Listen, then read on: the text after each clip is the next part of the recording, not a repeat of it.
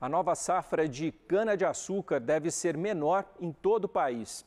A combinação de calor intenso, falta de chuva e queimadas reduziu a produtividade dos canaviais, principalmente no estado de São Paulo, que é o maior produtor do Brasil. Por isso, o etanol feito a partir do milho deve ajudar a equilibrar o setor. A seca prolongada, o calor intenso e os incêndios em parte dos canaviais paulistas foram os principais fatores que reduziram a produção de cana-de-açúcar na safra 2025, na comparação com a temporada anterior. Segundo esse engenheiro agrônomo, a produtividade média nacional deve cair quase 4%. Os principais problemas que essa restrição hídrica e esse problema de temperaturas causou foi o comprometimento do desenvolvimento dos canaviais, tá? Então, essa falta de chuva, altas temperaturas, que já vem desde o final de 2023, afetaram diretamente o desenvolvimento vegetativo das lavouras, que acabou que resultou em plantas de crescimento mais atrofiado, mais secas, mais finas, com etanóis mais curtos e, consequentemente, redução de produtividade.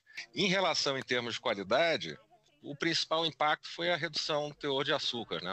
o ATR, o açúcares totais recuperáveis, né? Então, essa restrição hídrica prejudicou essa concentração de açúcar nos cômodos das plantas. E também, outro problema sério que aconteceu foi que acabou que a cana ficou mais fibrosa, mais seca, né? Então, isso atrapalhou também o processamento industrial e a eficiência da extração do caldo da cana. A região sudeste, principal produtora de cana-de-açúcar do país, deve colher cerca de 420 milhões de toneladas, uma queda de 4% em comparação a 2024. A maior redução ocorre em São Paulo, estado líder da produção, com 18 milhões de toneladas a menos nessa safra, resultado das condições climáticas adversas. O que eu tenho visto muito são os produtores investindo mais com manejo de solo mais eficiente, aumentando mais o uso de irrigação, usando novas variedades mais adaptadas a essas restrições hídricas que parece que estão se tornando mais frequentes, tá? E para a próxima safra, o cenário ainda está aberto, né? E vai depender do que acontecer do clima daqui para frente. Mas não começou bem a próxima safra. Essas lavouras que já foram colhidas dessa safra 25, 26, já vão entrar para a safra 26, 27, muitas áreas já um pouco debilitadas, sem na situação ideal que se esperava delas. Para o engenheiro, investir em um bom sistema de irrigação é uma alternativa eficiente para reduzir os impactos econômicos, principalmente entre os pequenos e médios produtores. Com certeza, em todo o país vem crescendo, não só na canavicultura, como também de culturas anuais, mas também está crescendo bastante. É uma solução bem viável economicamente, tá? Mas sempre preocupado, sempre de colocar o sistema de irrigação e fazer um planejamento e um manejo eficiente dos recursos hídricos, né? A produção total de etanol da safra deste ano, somando o que vem da cana-de-açúcar e do milho, deve chegar a 36.200 bilhões de litros. O volume representa uma queda de quase 3% em relação ao ano passado.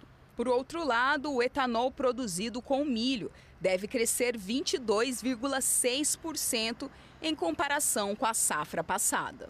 As usinas fazem as contas, elas têm a capacidade de mudar de produção de álcool para produção de açúcar.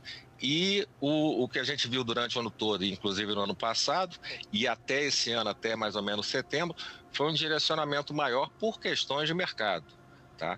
Porque o que está acontecendo ultimamente também é uma competição do etanol de milho, tá? E o etanol de cana. E o etanol de milho tem um custo de produção bem menor do que o etanol de cana.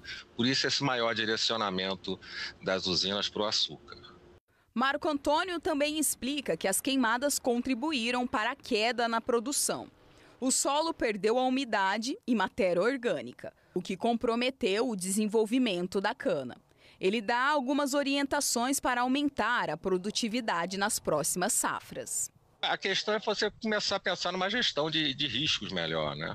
A safra demonstrou que o zoneamento agroclimático tem que entrar com mais força, o monitoramento, alertas mais precoces, tá? Planejar o plantio e a colheita de forma mais eficiente, são coisas que podem aumentar essa resiliência aí do setor. Tá? Além disso, melhorar o uso de recursos hídricos. Muitas vezes a pessoa tem o sistema de irrigação e não utiliza bem o sistema de irrigação, quer economizar numa época que é importante para as plantas. Outra coisa, melhoramento genético, procurar sempre variedades mais adaptadas. E também você começar a pensar em fazer um planejamento mais sustentável das lavouras, tá? Fora isso, o investimento em tecnologia e inovação, né? Hoje você com sensoriamento remoto, uso de drones, análise de dados climáticos, você consegue às vezes prever problemas no início. E aí fica muito mais fácil você prever, de você tomar uma decisão assertiva e no momento certo. Você não espera o problema aumentar muito para poder atuar e tentar minorar esses problemas. E por falar nas interferências do tempo no campo, em época de chuva, na maioria das propriedades rurais, é hora de preparar o alimento do rebanho para o período de seca.